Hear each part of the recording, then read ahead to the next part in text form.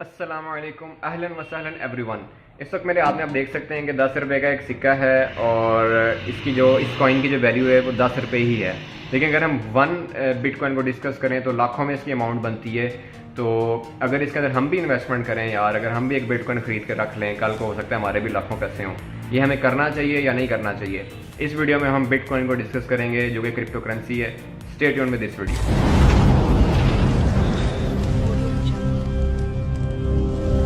जी तो जनाब, बिटकॉइन की इन्वेस्टमेंट एक बहुत ही हाई रिस्क इन्वेस्टमेंट है। मैं आपको इसके कुछ जो है वो लॉजिक्स बताता हूँ। जैसे कि अगर हम इसकी सिक्योरिटी को डिस्कस करें तो इसके अंदर कोई थर्ड पार्टी इन्वॉल्व नहीं है, जैसे कि हमारे बैंक सिस्टम है।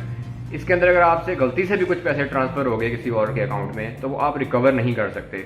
या अगर आप गूगल करेंगे जो बिटकॉइन की हैक्स हुई हैं आज तक, किसी को उसका कोई कंपनसेशन नहीं मिला। इसमें हैक के बहुत चांसेस हैं, आपके अकाउंट से गलती से ट्रांसफ़र हो सकते हैं या कुछ भी इसके अंदर जो है ना सिक्योरिटी फ्लॉ आपका अगर थ्रू इंटरनेट हो गया तो समझ लें जनाब बैकअप नहीं है। और सिक्योरिटी फ्लॉ के अलावा क्या है जी, इसकी फ्यूचर प्रोपोजिशन बिल्कुल भी नहीं है। आपने अगर एक प्लाट खरीद कर रखा हुआ है या प्रॉपर्टी शेयर्स लिए हुए हैं, वो कल को कभी भी आपको लॉस नहीं देंगे, या अगर लॉस होगा भी तो एक कैलकुलेटेड लॉस होगा।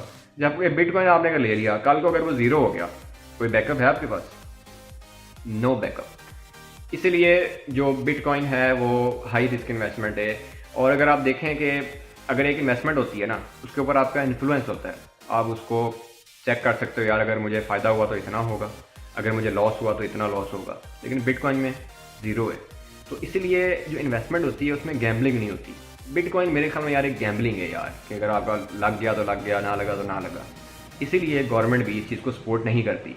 स्टेट बैंक ऑफ पाकिस्तान जो है इस वक्त ऑफिशियली बिटकॉइन को सपोर्ट नहीं करता। तो हमारी जो यूथ है आजकल इन है यार कि हमें क्रिप्टो करेंसी बड़ी अट्रैक्टिव कर रही है जनाब, माइंड लगा लो इसकी और बिटकॉइन ख़रीद के रख लो, कल को हमारे बढ़ जाएंगे। वो मतलब शॉर्टकट की तरफ जा रहे हैं। तो मैं वैसे डिजिटल करेंसी के ख़िलाफ़ नहीं हूँ, मैं सपोर्ट करता हूँ। लेकिन अगर इस वक्त अगर हम इस चीज़ को डिस्कस करें तो मैं बिल्कुल भी आपको रिकमेंड नहीं करूँगा यार कि आप डिजिटल करेंसीज की तरफ आएँ। बिटकॉइन के अलावा जो बाकी कॉइन्स हैं जो चल रहे हैं मार्केट के अंदर, जो नए नए कॉइन्स आ रहे हैं, उसकी इन्वेस्टमेंट ना करें आप।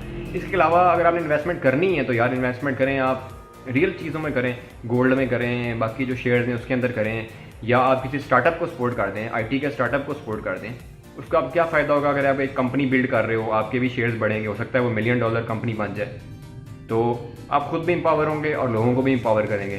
तो आप इन्वेस्टमेंट करें, लेकिन एक रियल वे से करें, ना कि आप अभी जो एक सिर्फ हाइप क्रिएट हुई है मार्केट में।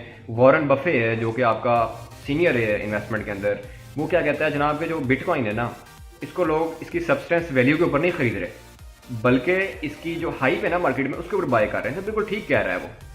इसी तरह और भी जितने हमारे मार्केट के अंदर, सिलिकॉन वैली के अंदर सीनियर जितने भी हैं हमारे इसके एंटरप्रेन्योर्स हैं या इन्वेस्टर्स हैं, वो अभी भी ना इस मामले में 100% नहीं है कि यार हमें क्रिप्टो करेंसीज पे जाना चाहिए या नहीं जाना चाहिए।